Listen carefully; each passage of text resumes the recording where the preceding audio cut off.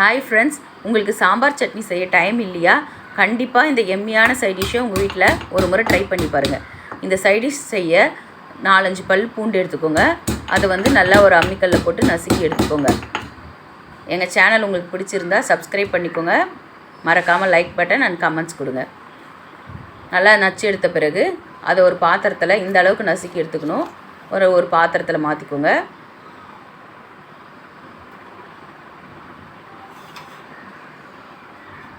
அது கூட தேவையான அளவு, நம்ம காரத்துக்கு தேவையான அளவு மிளகாத்தூள், நம்ம வீட்டில் அரைச்ச மிளகாத்தூளை யூஸ் பண்ணிக்கலாம். கொஞ்சம் உப்பு தேவையான அளவு ஆட் பண்ணிக்கிட்டு ஒரு கடாயில் நிறைய எண்ணெய் ஊற்றிக்கணும். எண்ணெய் நல்லா தாராளமாக விட்டு செய்யணும். இந்த அளவுக்கு எண்ணெய் எடுத்துக்கோங்க.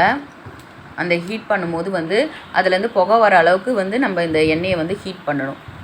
அப்போ தான் அந்த ரா ஸ்மெல்லாம் மிளகாத்தூளுடைய ஸ்மெல்லாம் நமக்கு இல்லாமல் இருக்கும். இந்த அளவுக்கு புகை வர அளவுக்கு நல்லா எண்ணெயை ஹீட் பண்ணிக்கோங்க.